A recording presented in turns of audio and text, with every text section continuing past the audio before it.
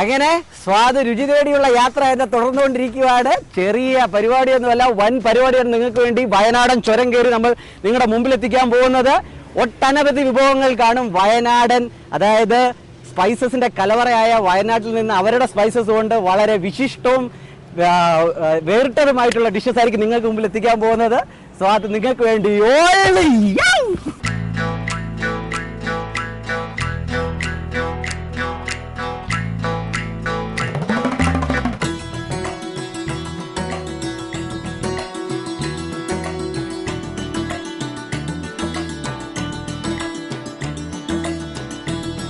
സ്വാദന്റെ രുചി തേടിയുള്ള യാത്ര അങ്ങനെ തുടർന്നുകൊണ്ടേ ഇരിക്കുകയാണ്. വലിയൊരു വണ്ടി, ലോറിയിലൊക്കെയാണ് യാത്ര തുടങ്ങിയത്. പക്ഷേ ലോഡ് കൂടുതലാണെന്ന് പറഞ്ഞ് അവരെന്നെ ഇറക്കി വിട്ടു. പക്ഷേ നമുക്കെങ്ങനെ പിന്മാറാൻ പറ്റൂലല്ലോ സ്വാദ്. അതുകൊണ്ട് നമ്മുടെ സ്വന്തം വണ്ടിയിൽ അതിന്റെ യാത്ര അങ്ങനെ നടത്തിക്കൊണ്ടേ ഇരിക്കുകയാണ്.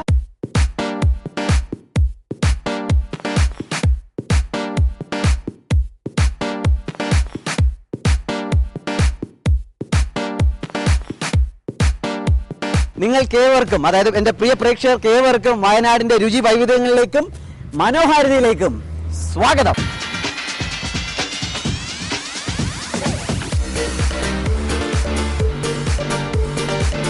അങ്ങനെ ഏറെ നേരത്തെ യാത്രയ്ക്ക് ശേഷം, അതായത് നമ്മൾ വന്ന വഴി എന്ന് പറഞ്ഞാൽ ഒരുപാട് ദൂരം, നമ്മൾ കൽപ്പറ്റ വഴി, മീനങ്ങാടി വഴി, അതുപോലെ അമ്പലവയൽ വഴി, അങ്ങനെ ഇപ്പോൾ എത്തി നിൽക്കുന്നത് നെല്ലാർച്ചാലാണ്. നെല്ലാർച്ചാലുള്ള നെല്ലറ വീട്ടിൽ വെള്ളൻ ചേട്ടൻ്റെ വീട്ടിലാണ് വന്ന് നിൽക്കുന്നത്. ട്രൈബൽ കമ്മ്യൂണിറ്റിയിലെ ഇവർ കുറുമ വിഭാഗത്തിൽപ്പെട്ടവരാണ്. അപ്പം കുറുമ വിഭാഗത്തിൻ്റെ വളരെ തനതായ ഒരു, അതായത് അവരുടെ പല വിശേഷ അവസരങ്ങളിലും നമ്മൾ പ്രിപ്പയർ ചെയ്യുന്നൊരു ഡിഷാണ് ഇവിടെ നമുക്ക് വേണ്ടി കരുതിയിരിക്കുന്നതെന്ന് പറയുന്നു.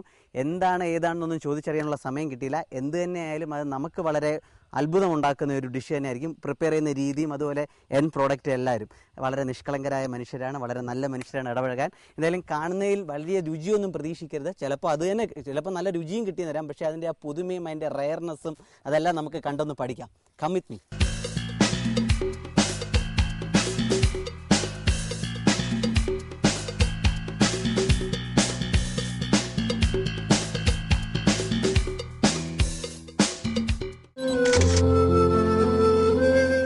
അങ്ങനെ നെല്ലറ വീട്ടിൽ വെള്ളൻ ചേട്ടനുമായിട്ടുള്ള പാചകം നമ്മൾ തുടങ്ങാൻ പോവാണ്. ഉണ്ടാക്കാൻ പോകുന്ന വിഭവം ഈ കുറുമരുടെ ഇടയിൽ തന്നെ നിലവിലുള്ള ഒരു പരമ്പരാഗത രീതിയിലുള്ള ഒരു ചിക്കൻ കറിയാണ്. അതായത് വയനാടൻ കോഴിക്കറി അല്ലേ ചേട്ടാ? അത് ഇതിന്റെ കൂട്ടത്തിൽ വേറൊരാളുണ്ട് കേട്ടോ. എന്താട്ടാ അതിന് പറയുന്ന കല്ലുപിട്ട് അല്ലേ? കല്ലുപിട്ട്. അതിനൊരു സൈഡ് ഡിഷ് ആയിട്ടാണ് ഇവൻ ശരിക്കും വരുന്നത്. പക്ഷെ ഇപ്പൊ നമ്മൾ ആദ്യം കോഴിക്കറി ഉണ്ടാക്കുകയാണ്. അതിനുശേഷം കല്ലുപിട്ട് ഉണ്ടാക്കുന്നതെല്ലാം നമ്മളെ വഴിയെ കാണിച്ചു തരും.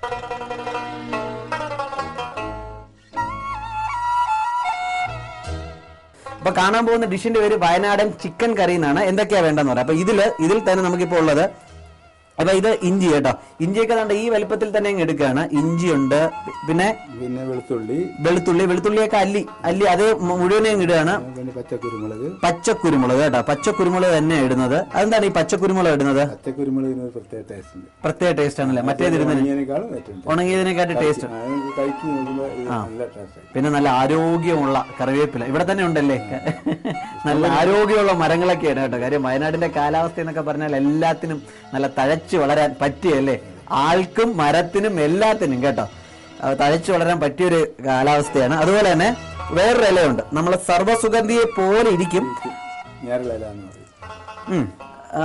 സ്മെല്ല് കുറെയൊക്കെ വ്യത്യാസമുണ്ട്. പക്ഷെ വയനാടിൽ മാത്രമേ ഇത് കിട്ടുള്ളൂ എന്നാണ് ഏപ്പം പറയുന്നത്. അതായത് ഞരളല അല്ലെ? ഞരളല എന്നാണ് പറയുന്നത്. അപ്പൊ ഇത്രയും സംഭവങ്ങളാണ് ഈ കൂട്ടത്തിലുള്ളത്. ഇത് നമ്മൾ ആദ്യം എണ്ണ ഒഴിച്ചിട്ട് അതിലേക്ക് ഇടുന്നതാണ്. അതല്ല, അത് കൂടാതെ പിന്നെയുള്ളത് ഇത് മസാല കൂട്ടാണ്.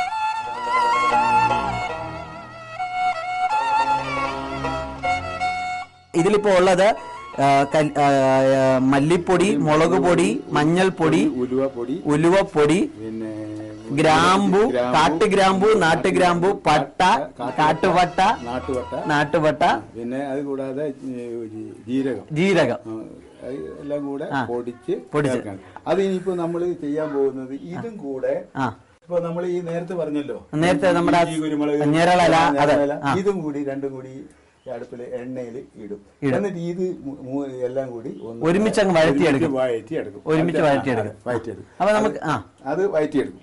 അതിനുശേഷം ഈ ചിക്കൻ നമ്മൾ അയ്യോ മെയിൻ താരത്തിനെ നമ്മൾ ഇതുവരെ അവതരിപ്പിച്ചില്ല കേട്ടോ. ഇത് അത് നമ്മൾ പെട്ടെന്ന് വേവാൻ വേണ്ടിയിട്ടാണ്. അപ്പൊ നിങ്ങൾ വരുമ്പോഴത്തേന് ഇത് ഒരുപാട് സമയം എടുക്കും. അപ്പൊ അതൊരു പാതി വേവാക്കി വെച്ചത്. പാതി. ഇനി ഇതില് മസാല കൂടി പാതി വേവ് എന്ന് പറഞ്ഞാൽ വെറുതെ വേവിച്ചു വെച്ചേ വെറുതെ ഉപ്പൊന്നും ഇട്ടിട്ടില്ല, ഒന്നും ഇട്ടിട്ടില്ല. മഞ്ഞൾപ്പൊടി മാത്രം ചേർത്ത് അല്പം മഞ്ഞൾപ്പൊടി മാത്രം ചേർത്ത് നമ്മുടെ സൗകര്യത്തിന് വേണ്ടി ഒന്ന് വേവിച്ചു വെച്ചിട്ടുണ്ട്. അതായത് നമ്മുടെ നാട്ടിൽ കിട്ടുന്ന എന്താ പറയാ മറ്റേ പഞ്ഞിക്കെട്ട് പോലത്തെ ബ്രോയിലർ ചിക്കൻ ഒന്നുമല്ല, നല്ല നാടൻ ചിക്കനാണ് കേട്ടോ.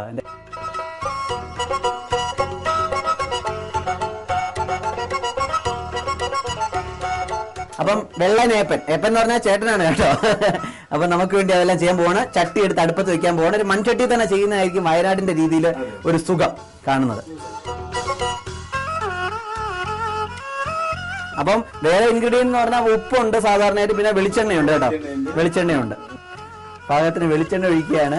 വെളിച്ചെണ്ണയൊക്കെ നല്ല കട്ടിയായിട്ടിരിക്കുക കേട്ടോ. ഞാൻ പറഞ്ഞില്ല, ഇപ്പൊ നമ്മൾ വന്ന സമയം എന്ന് പറഞ്ഞാൽ നല്ല മഴ സമയമാണ്, അതിന്റെ കൂട്ടത്തിൽ നല്ല തണുപ്പുണ്ട്. അപ്പൊ വെളിച്ചെണ്ണ വരെ കട്ടിയായി പോകുന്ന തണുപ്പിൽ നിന്നാണ് നമ്മൾ ഈ പരിപാടിയൊക്കെ ചെയ്യുന്നത്.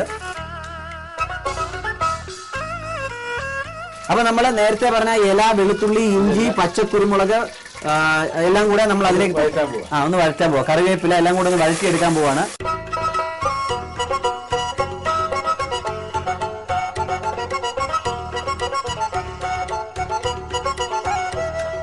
അപ്പൊ താമസിച്ച് ട്യൂൺ ചെയ്ത് കയറിയവർക്ക് പറയാം, നമ്മളിപ്പോ അതിൽ ആദ്യം ചട്ടി ഒന്ന് വെച്ച് ചൂടായതിനു ശേഷം വെളിച്ചെണ്ണ ഒഴിച്ചു. വെളിച്ചെണ്ണ ഒഴിച്ചതിന് ശേഷം ഞെരളിയില എന്ന് പറയും, അത് ഞെരളില അല്ലേ, ഞെരളില, കറിവേപ്പില, വെളുത്തുള്ളി, ഇഞ്ചി, പച്ചക്കുരുമുളക് ഇത്രയും കൂടെ മുഴുവൻ. അതായത് വെളുത്തുള്ളിയും ഇഞ്ചിയൊക്കെ മുഴുവനൊക്കെയാണ്. ഇഞ്ചി വലിയ പീസായിട്ടും വെളുത്തുള്ളിയൊക്കെ അതെ അല്ലി കണക്കിന് അല്ലി പോലെ തന്നെ ഇട്ടേക്കാണ്. അതൊന്ന് ചെറുതായിട്ട് വഴറ്റി എടുക്കുകയാണ് കേട്ടോ. ഇനി അടുത്തത് പൊടി. നമ്മൾ ചേട്ടൻ നേരത്തെ പറഞ്ഞ, അതായത് ഇതിൽ ഉള്ളത് മല്ലിപ്പൊടി, മുളക് പൊടി, ഉലുവാപ്പൊടി ഉണ്ട്, പിന്നെ മല്ലിപ്പൊടി, മുളക് പൊടി, ഉലുവാപ്പൊടി, ഒരെണ്ണം വിട്ടുപോയി, മഞ്ഞൾപ്പൊടി, ഗ്രാമ്പു, കാട്ടുഗ്രാമ്പു,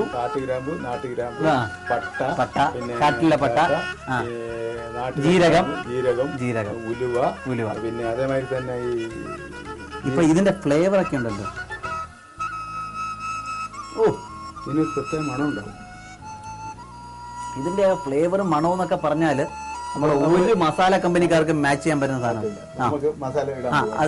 അതിപ്പോ ദാണ്ട് ഒരു 2 കൂന കൂട്ടിയ 2, 3, 4, ഈശ്വര 5, പെലഞ്ചേട്ട 6 കൂന കൂട്ടിയ സ്പൂണ് നമ്മൾ ഈ സ്പൂൺ കണക്കിന് നമ്മൾ ഇട്ട് കൊടുത്തിട്ടുണ്ട് കേട്ടോ. ഇത് നമ്മൾ എത്ര കിലോ ചിക്കൻ എടുത്തിട്ടുണ്ടെന്ന് അറിയാം ചേട്ടാ? 1 കിലോയ്ക്ക് 6 സ്പൂണാണ് കേട്ടോ എടുത്തത്. കൂന കൂട്ടി 6 സ്പൂണാണ് എടുത്തത്. ഈ മസാലയുടെ ഫ്ലേവർ വീണ്ടും എടുത്ത് പറയണം കേട്ടോ. കാര്യം ഫ്ലേവറിന്റെ കാര്യത്തിൽ അത്ര മൂമ്പനാണ്. എന്താ മണോന്നറിയാം. അപ്പം നേരത്തെ ഇട്ട സംഭവങ്ങളിലൂടെ ഇതും കൂടെ ഇട്ടൊന്ന് വഴറ്റി കൊടുക്കുകയാണ്. അത് ചെറുതായിട്ടൊന്ന് വഴറ്റുള്ളൂ കേട്ടോ. നേരത്തെ ഇട്ട കൂട്ട് ഇപ്പൊ മസാലപ്പൊടിയും കൂടി ഇട്ടൊന്നും കൂടെ വഴറ്റി കൊടുത്തു. അടുപ്പിൽ നിന്ന് എടുത്താണ് മാറ്റി വെച്ചൊന്ന് വഴറ്റുക. അധികം ഒന്നും ചൂടായി പോയല്ലേ ചട്ടി? ഇങ്ങനെ എടുത്താണ് ചെയ്യേണ്ടത്.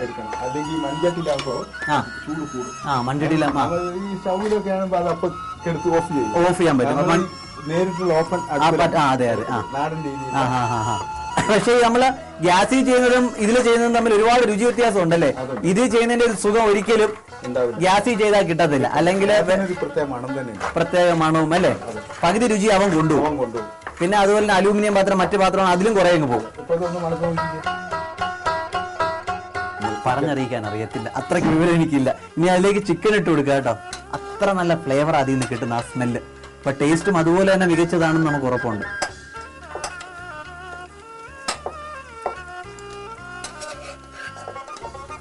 നാടൻ ചിക്കനാണ് കേട്ടാ. നമ്മുടെ നാട്ടിലെ നാടൻ ചിക്കൻ എന്നൊക്കെ പറഞ്ഞ് നമുക്ക് സാധനങ്ങൾ കിട്ടും, കെപ്കോയെന്നൊക്കെ.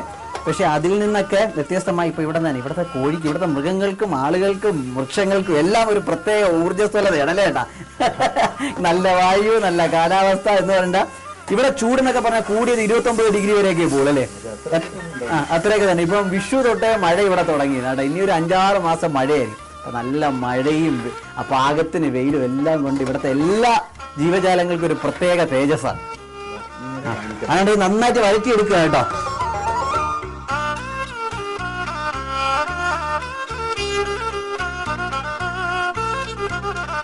അല്പം പാകത്തിന് ഉപ്പും കൂടെ ചേർക്കുകയാണ്. അതിനൊരു സ്പൂൺ, ഒരു സ്പൂൺ എടുത്ത് പാകത്തിന് ഉപ്പും കൂടെ ചേർക്കുകയാണ്.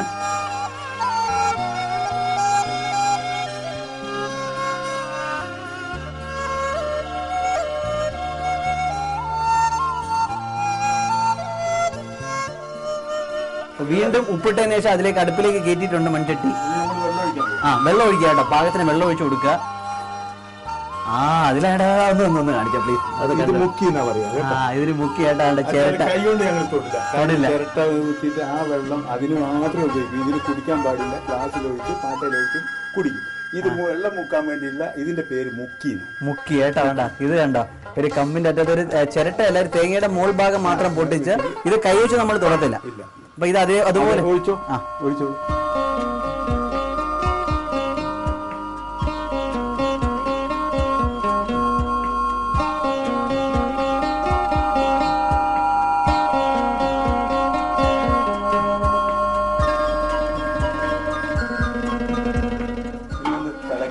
നന്നായിട്ട് തിളയ്ക്കണം. നന്നായി അടച്ചു വെച്ച് തിളയ്ക്കണോ?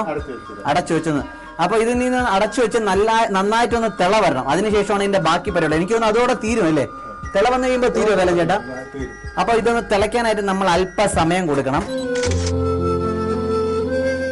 ബ്രേക്കിന് ശേഷം നമ്മൾ വീണ്ടും തിരിച്ചു വന്നിരിക്കുകയാണ്. നമ്മുടെ വയനാടൻ കോഴിക്കറിയിൽ എന്റെ കൂടെ ഉള്ളത് വേലൻ ചേട്ടനാണ്. അപ്പൊ നമ്മൾ നേരത്തെ ബ്രേക്കിന് തൊട്ട് മുമ്പ് നമ്മളെ കോഴിക്കറി തിളയ്ക്കാൻ വെച്ചേക്കുമായിരുന്നു. നമ്മുടെ കോഴിക്കറി ഇപ്പൊ അത് ആവശ്യത്തിന് തിള വന്ന് കാണും എന്നുള്ള പ്രതീക്ഷയാണ്. വന്ന് കാണണമല്ലേ? വെന്തു തുറന്നു നോക്കാം.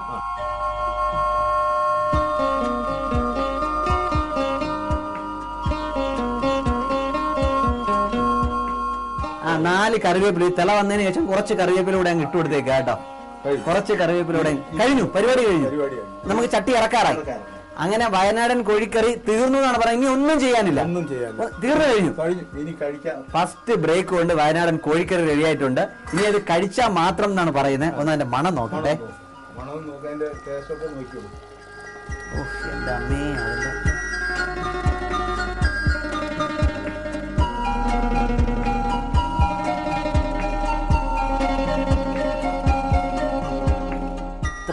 ഇത്രയും ഒരു വ്യത്യസ്തമായ ഫ്ലേവർ എത്ര ടേസ്റ്റ് ആയിട്ടും. അതൊന്നും തണുത്തിരുന്നെങ്കിൽ ഒരു ചിക്കൻ എടുത്ത് കടിക്കായിരുന്നു. ആ പച്ചക്കുരുമുളകൊക്കെ കിടന്നതിന്റെ അല്ലേ? വേലൻ ചേട്ടനല്ല, ഇത് വേലപ്പൻ ചേട്ടനാണ്. വേലപ്പൻ ചേട്ടനാണ് കേട്ടോ. അത്ര പ്രത്യേക ഒരു ഫ്ലേവറാണ്. ചുമ്മാതല്ല, ടൂറിസം കൗൺസിലൊക്കെ എപ്പോഴും വിളിച്ച് വിദേശികൾക്ക് ബാക്കിയുള്ളവർക്കൊക്കെ വേലൻ ചേട്ടന്റെ ഈ വിഭവങ്ങൾ കൊടുക്കുന്ന കേട്ടോ. ഇത് തണുത്തതിന് ശേഷം ആ ചിക്കൻ ടേസ്റ്റും കൂടെ, ചിക്കൻ പീസ് കൂടെ നമുക്കൊന്ന് ടേസ്റ്റ് ചെയ്യാം. ഭയങ്കര ടേസ്റ്റ് കേട്ടോ, പ്രത്യേക. അതായത് ഇത്രയും നല്ലൊരു ഫ്ലേവർ ഇതിനു മുമ്പ് ഒരിടത്തുനിന്നും അസാധ്യമാണ്. എന്തായാലും നമുക്ക് ഇവനെ വയനാടൻ കോഴിക്കറിയെ ഒന്ന് മാറ്റി വെച്ചിട്ട് ഒട്ടും മനസ്സ് വരുന്നില്ല കേട്ടോ. പക്ഷെ അതൊന്നും തണുക്കാതെ ഇത് ടേസ്റ്റ് ചെയ്യാൻ പറ്റത്തില്ല. മാറ്റി വെച്ചിട്ട് നമുക്ക് ഇനി ഇവന്റെ കൂട്ടുകാരനെ ഉണ്ടാക്കണം. അതിന്റെ പേരെന്താണ്? കല്ലുപിട്ട്. ഇതില് നമ്മളെ കല്ലുപിട്ട് എന്ന് പറയുന്ന സാധനം. അതായത് ഈ കല്ലുപിട്ട് എന്ന് പറയുന്നത് വയനാടിന്റെ ഒരുപാട് ട്രഡീഷൻ പറയുന്നുണ്ടല്ലോ. ഈ കുറുമ വിഭാഗത്തിൽ തന്നെ കല്യാണങ്ങൾക്കെല്ലാം, അതായത് ഈ കല്ലുപിട്ട് വിളമ്പിക്കഴിഞ്ഞാൽ, അത് ഇത്ര എണ്ണം വിളമ്പിക്കഴിഞ്ഞാലേ അതിന്റെ ഈ ചടങ്ങുകളെല്ലാം പൂർത്തിയാകുള്ളൂ എന്നൊക്കെയുള്ള ഒരു വിശ്വാസമുണ്ട്. അപ്പൊ അതിന്റെ കഥ ഇതിന്റെ പുറകെ ഇത് ചെയ്തുകൊണ്ടിരിക്കുമ്പോൾ നമ്മൾ പറയാം. അപ്പം ഇനി അടുത്ത് നമ്മൾ കാണാൻ പോകുന്ന വയനാട് കുറുമ വിഭാഗത്തിൽപ്പെട്ട ആൾക്കാര് വളരെ പരമ്പരാഗതമായി ചെയ്തു വരുന്ന ഒരു പ്രത്യേക വിഭവമാണ് കല്ലുപിട്ട്. വായിലൊന്നും തിരിയുന്നില്ല കേട്ടോ. കാര്യം അത്ര ഭയങ്കര ടേസ്റ്റാണ് ഇവൻ തന്നത്. മനസ്സിലങ്ങ് കിടക്കുന്നത്.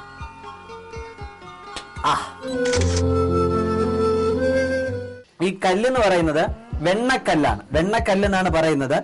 എല്ലാ കുറുമരുടെ വീട്ടിലും ഇതുപോലെ വെണ്ണക്കല്ല് കാണും. നമ്മൾ അതിൽ തന്നെയാണ് ദോശ ചുടുന്നത്. അതുപോലെ വേറെന്തോ ഒരു അപ്പത്തിന്റെ പേര് പറഞ്ഞല്ലോ ചേട്ടാ, കാരക്കുണ്ടപ്പം ഉണ്ടാക്കുന്നത്.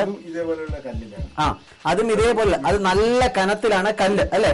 ഇവിടെ വെണ്ണക്കല്ല്, അതായത് വയനാട്ടിലെ മാർബിൾ അല്ലെ? എന്നാണ് വെല്ലൻ ചേട്ടൻ എൻ്റെ അടുത്ത് പറഞ്ഞത്. വയനാട്ടിലെ മാർബിൾ ആണ്, അതിലാണ് ഉണ്ടാക്കുന്നത്. കൽപ്പിട്ട് എന്ന് പറയുന്ന ഒരു ദോശ പോലത്തെ ഒരു സാധനമാണ്. അത് എങ്ങനെയാ ചെയ്യുന്നത്? അതിന്റെ മാവിന്റെ കൂട്ട്, അതാണ് ഇവന്റെ ഏറ്റവും വലിയ കൂട്ടുകാരൻ കേട്ടോ. ഇതിലിപ്പോ നമ്മളിപ്പോ ആ കൽപ്പിട്ടിന് നമ്മുടെ വെണ്ണക്കല്ല് വെച്ച് ചൂടാക്കിയിട്ടുണ്ട്. ഈ വെണ്ണക്കല്ലൊന്നും നമ്മുടെ നാട്ടില് ഒരിക്കലും കിട്ടാൻ പോകുന്നില്ല. അതുകൊണ്ട് നിങ്ങളത് ട്രൈ ചെയ്ത് നോക്കുമെന്ന് എനിക്കറിയത്തില്ല. ഈ കനവൊക്കെയുള്ള സാധനം നമ്മളോട് ചൂടായി വരണമെങ്കിൽ അല്ലേ ചേട്ടാ? ഇതിനപ്പം നമ്മൾ ചേർത്ത് വെക്കുന്ന സാധനങ്ങൾ എന്തൊക്കെയാണ്? ഈ മാവിന്റെ കൂട്ട് മാവ് നമ്മൾ നേരത്തെ കൂട്ടി വെച്ചിട്ടുണ്ട് കേട്ടോ.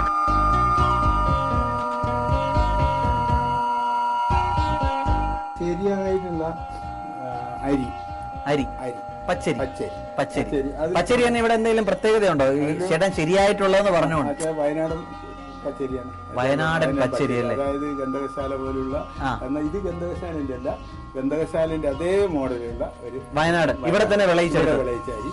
അപ്പൊ അതിന്റെ പച്ചരി അരി നനച്ച് പൊടിച്ചത്. ഇതിൽ കൂടെ കുറച്ച് ഉലുവ ചേർക്കും.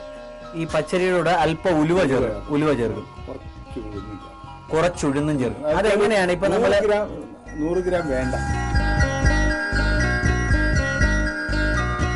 നമ്മുടെ വെള്ളം ചേട്ടന്റെ ഭാര്യ സഹധർമ്മിണിയായ ഗൗരി ഇതിൽ പോകുന്നുണ്ട്, നമ്മളെ സഹായിയായിട്ട് വരുന്നുണ്ട്. ഗൗരി അമ്മയെ കൂടെ ഇങ്ങോട്ട് വിളിക്കുകയാണ്. അമ്മ ഒന്ന് വരണം ഇങ്ങോട്ട്. അപ്പം അതിന്റെ വിശദാംശങ്ങൾ ഗൗരി അമ്മ ആന്റി ആയിരിക്കും നമുക്കിനി പറഞ്ഞു തരുന്നത്. വരണം. എത്ര ഗ്രാം അരിക്ക് എത്ര ഗ്രാം? ഒരു കിലോ അരിക്ക് 25 ഗ്രാം ഉലുവ, പിന്നെ വേറൊന്ന് പറഞ്ഞു 25 ഗ്രാം ഉഴുന്നു. അപ്പം 1 കിലോ അരിക്ക് നമ്മൾ 25 ഗ്രാം ഉലുവയും 25 ഗ്രാം ഉഴുന്നും. ഇതാണ് അതിന്റെ കണക്ക് കേട്ടോ. അപ്പൊ ഉപയോഗിച്ചിരിക്കുന്ന അരി നമ്മുടെ അവിടെ കിട്ടുക എന്ന് പറഞ്ഞാൽ കുറച്ച് പാടാണ്. വയനാട്ടിൽ തന്നെ വിളയിച്ചെടുത്ത ഗന്ധകശാല അതേപോലെ അതിനോട് വളരെയധികം സാമ്യമുള്ള പച്ചരി തന്നെയാണ്. പച്ചരി എങ്ങനെയാ ചെയ്തെന്ന് പറഞ്ഞാൽ ഇടിച്ചു പൊടിക്കും. നല്ല നൈസായിട്ട് പൊടിച്ചെടുത്തതിന് ശേഷം ചൂടുവെള്ളത്തിൽ കലക്കും. അതിന്റെ ഇടിക്കുന്ന സമയത്ത് ഈ ഉലുവയും ഉഴുന്നും ഇടിക്കുന്ന സമയത്താണ് ഇത് ചേർക്കുന്നത്. അപ്പൊ ഇടിച്ചു പൊടിക്കുന്ന സമയത്താണ് ഈ ഉലുവയും അതുപോലെ തന്നെ ഉഴുന്നും ഇതിന്റെ കൂടെ ചേർക്കുന്നത്. അതായത് 1 കിലോ അരിക്ക് 25 ഗ്രാം ഉഴുന്നും ഗ്രാം ഉലുവയാണ് കേട്ടോ. ഈ കോഴിക്കറി ടേസ്റ്റ് ചെയ്യുന്ന ശേഷം നാക്കൊന്നും വഴങ്ങുന്നില്ല, മനസ്സ് മുഴുവൻ അതിലാണ് കേട്ടോ.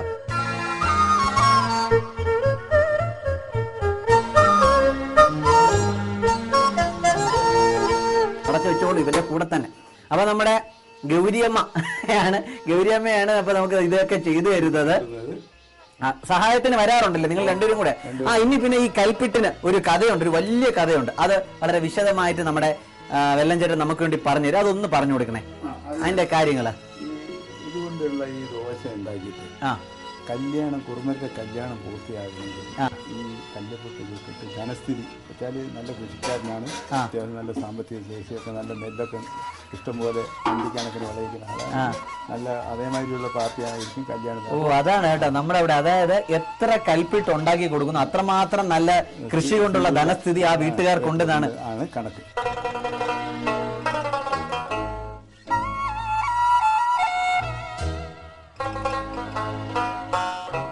കുറുമരുടെ ഇടയിൽ വിവാഹത്തിന് ഇവന് പ്രധാന സ്ഥാനം, അത് പെണ്ണും ചെറുക്കനും പോലെ തന്നെ പ്രധാനിയാണ്, അല്ല സ്വർണത്തിനെ പോലെ തന്നെ പ്രധാനമാണ്.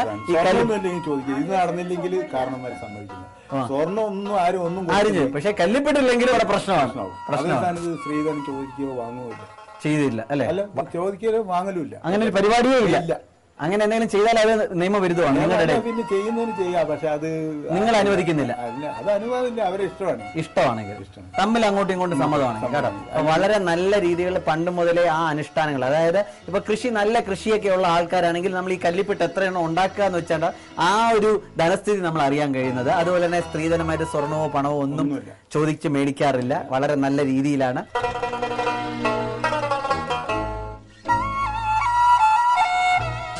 കുറുമരുടെ കല്യാണം എന്ന് പറഞ്ഞാൽ കുംഭമാസം തൊട്ടാണ്. കുംഭമാസത്തിലും കല്യാണം കഴിക്കും. അത് ശരി. അയ്യോ നമ്മൾ ഫെബ്രുവരി, മാർച്ച്, ഏപ്രിൽ, മെയ്. അയ്യോ നമ്മൾ കുറച്ച് താമസിച്ചു പോയി കേട്ടോ. അല്ലെങ്കിൽ എനിക്ക് ഇതിന്റെ നമുക്കൊരു കല്യാണം കാണാമായിരുന്നു. അയ്യോ അതായത് ഈ 3 ദിവസമുള്ള ചടങ്ങുകളും വേറെ എന്തൊക്കെയോ കലാപരിപാടികളൊക്കെ ഉണ്ടെന്ന്. കളി, കോൽക്കളിയുണ്ട്, രസകരവും എന്നാലും ആരെയും ദ്രോഹിക്കാത്തതുമായ അല്ലെ? അധികം ആരെയും ദ്രോഹിക്കുന്നില്ല, ആരെയും ബുദ്ധിമുട്ടിക്കുന്നില്ല.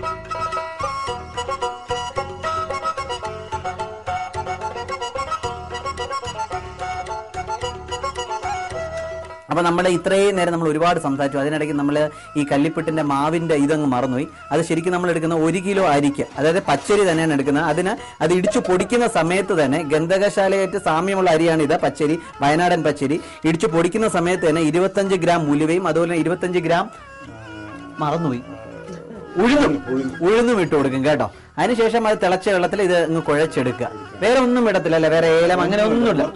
കുറച്ച് പാകത്തിനുപ്പും ഇത്ര മാത്രമേ ഉള്ളൂ. അപ്പൊ നമ്മുടെ വയനാടൻ കോഴിക്കറിയുടെ ഏറ്റവും വലിയ കൂട്ടുകാരനാണ് ഇദ്ദേഹം, കല്ലിപ്പിട്ട്. അപ്പൊ നമ്മുടെ കല്ലിപ്പിട്ട് ഇപ്പൊ റെഡി ആയിട്ടുണ്ട്. ഗൗരിയമ്മ ആന്റി നമുക്ക് വേണ്ടി പ്രിപ്പയർ ചെയ്ത് കഴിഞ്ഞു. അതങ്ങ് എടുക്കാം.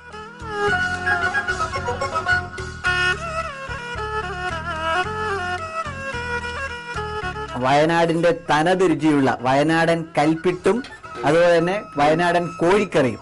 ഇത് പ്രത്യേകം പറഞ്ഞു, ഈ കർക്കിടകം 14 ഇവിടെ ബലി പോലുള്ള വിശേഷ അവസരങ്ങളിൽ ഇതിവിടെ ഒരുപാട് പ്രിപ്പയർ ചെയ്യാറുണ്ട്. അപ്പൊ ഇത് ടേസ്റ്റ് ചെയ്യാൻ പോവാണ്. കറിയുടെ ടേസ്റ്റ് ഞാൻ നേരത്തെ പറഞ്ഞു, അതിന്റെ ആ ഫ്ലേവർ, അതായത് യുണീക്ക് ഫ്ലേവർ, ഇവിടെ മാത്രം കിട്ടുന്ന യുണീക്ക് ഫ്ലേവർ, അത് വേറെ ഒരിടത്തും നമുക്കത് കിട്ടത്തില്ല. ഇവിടെ മാത്രം, ഈ വയനാടിന്റെ മാത്രം പ്രത്യേകമായിട്ടുള്ള മസാലകൾ മാത്രം ചേർത്ത് ചെയ്തതാണ്. പ്രത്യേകിച്ച് ആ പച്ച കുരുമുളകൊക്കെ ഇട്ടതിന്റെ എടുത്തറിയാനുണ്ട്.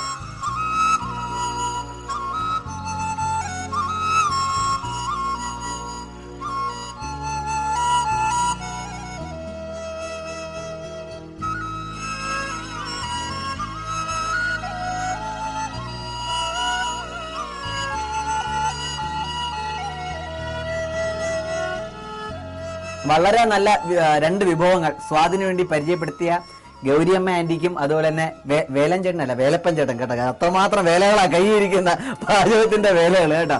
ഒരുപാട് നന്ദി രേഖപ്പെടുത്തിക്കൊണ്ട് സ്വാദിന്റെ ഇന്നത്തെ രുചി തേടിയുള്ള വന്യമായ ഈ യാത്ര തൽക്കാലം അവസാനിക്കുകയാണ്. പക്ഷേ വേലപ്പൻ ചേട്ടനെയും ഗൗരിയമ്മയും നമ്മൾ വിടാൻ പോകുന്നില്ല. വീണ്ടും ഇതുപോലെ തന്നെ അധികം അറിയപ്പെടാത്ത കുറുമരുടെ ഇടയിലുള്ള വിഭവങ്ങളുമായിട്ട് വീണ്ടും ഇവർ രണ്ടുപേരും നിങ്ങളുടെ മുമ്പിലെത്തും. തൽക്കാലത്തേക്ക് ഒരു ഗുഡ് ബൈ, എല്ലായിടത്തും ഒരു ബൈ, ഗുഡ് ബൈ പറഞ്ഞേ. Good bye. അവിടെ എന്ന് പറഞ്ഞേ good bye. Good bye, by.